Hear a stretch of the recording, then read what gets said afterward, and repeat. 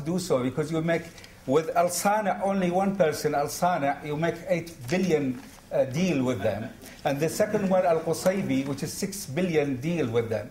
I only want to say only this. Well, this is if you want to say Saudi Arabia is a great country. Not at all, sir. Thank you very much, sir. Can I just take a comment from this? Your question, please. My name is Jerry German. I'm from a group called the Communities Empowerment Network. We provide advice, support and representation for people who are generally oppressed, particularly in education. We're very much concerned with something that hasn't been mentioned this evening, namely Islamophobia.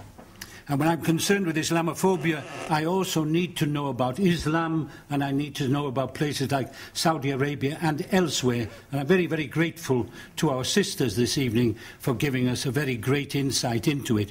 Obviously, people will speak from what serves them, but I think you've spoken and shown the way forward. What I would like to ask is this: to what extent are we able to deal with Islam in a way that is sensible and fair? For example, what about practice of religion, which is a fundamental human right? In Saudi, we've mentioned Switzerland, but we haven't mentioned the absence of churches, Gurdwara, and other places in Saudi Arabia.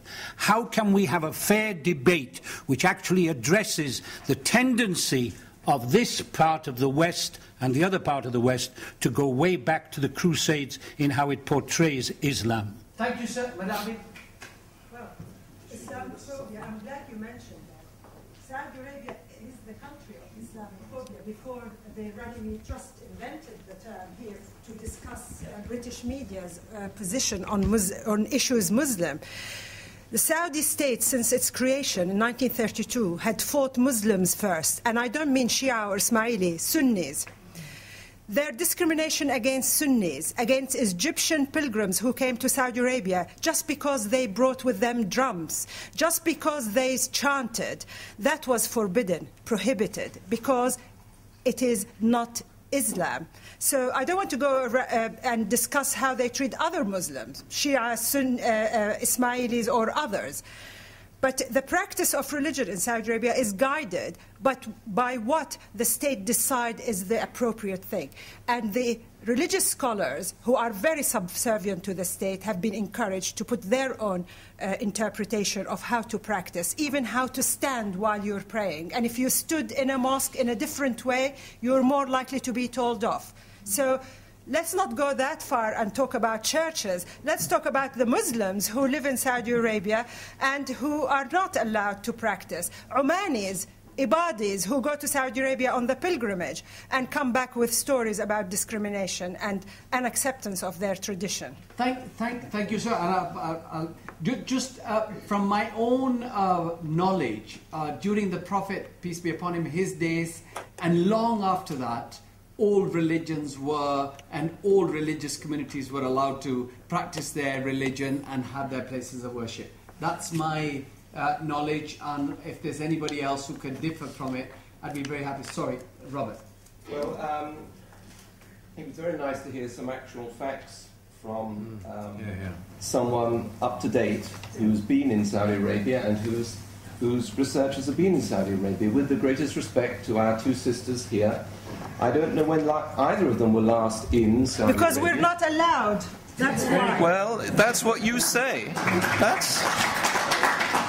That is what you say, Madawi. I have Saudi passport. They've been confiscated. Well, you should try now and get them back. Things or... But the Her Majesty's government doesn't protect me in Saudi Arabia because it's my country of origin. And this is the document I got when I was Can we just have, please, can I have, Madawi, can I please, let me chair it. I shouted them down and I'm going to shout you down. Let Robert finish. I wouldn't deny any of the things that you have said as being true in the past.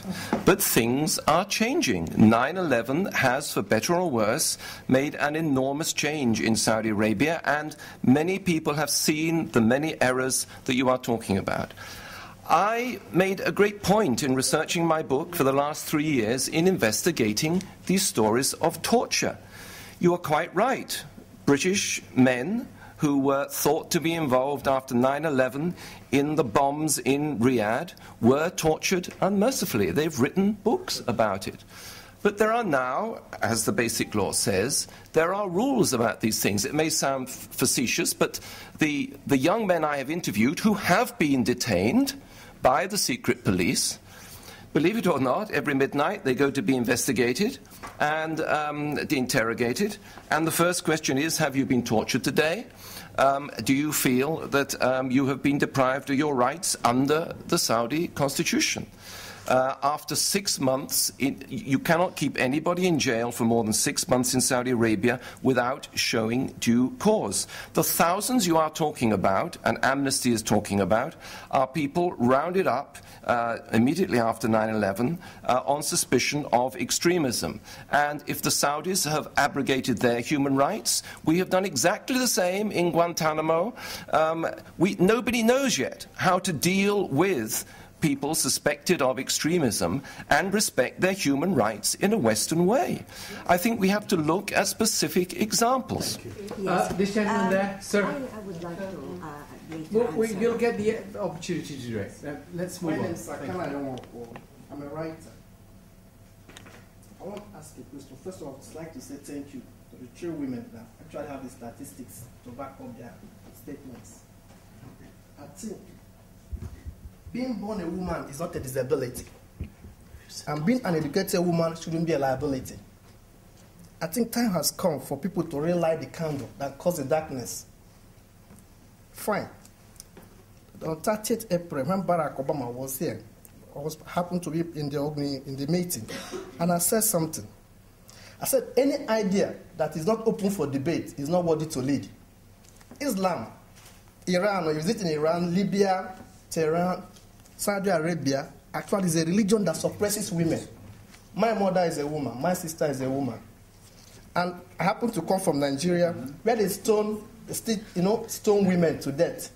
Still flog them, maybe for going to seek sexual gratification outside.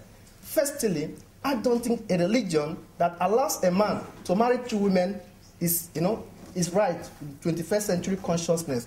And now let me go back. Our honorable MP, we were supposed to be the conscience of the early 21st century in this decade. But I happen to say that you people are... Your wife wasn't the whole truth. When people with facts are talking, you're trying to paint the place... Can we just You're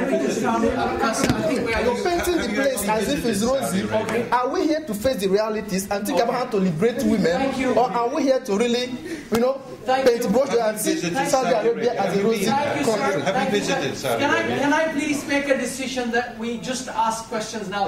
No speeches, please. Can you just ask the questions? So, questions only. I will conclude by saying that have you ever been your position makes the good efforts of people like Dr. Alfare, my dear professor, and the doctor, and these ladies make it maybe look useless and all those. Have you been to Saudi Arabia? Have you been to Saudi Arabia? I take that as a contribution. The gentleman there and the lady at the back. And we haven't been to Guantanamo. I'll show you my latest one. Excuse me, that gentleman there, then this one, and then the lady.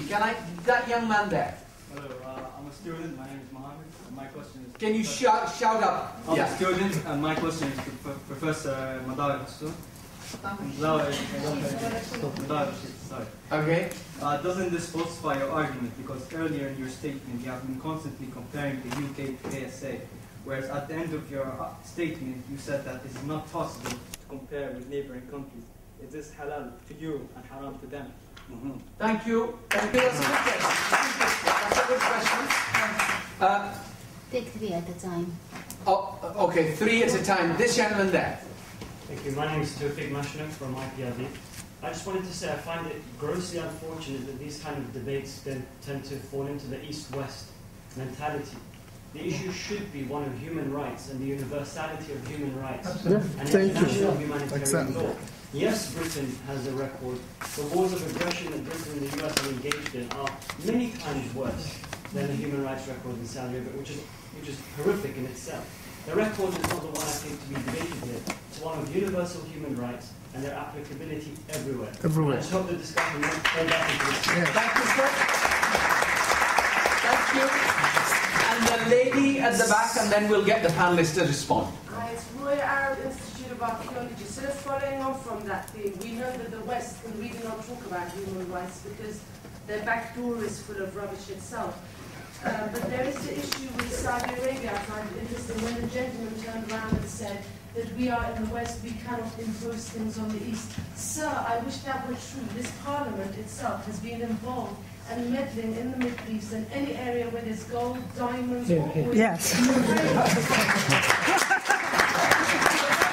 But only Saudi Arabia is an exception. Goose and gander. What's good for Iran? What's good for Iran?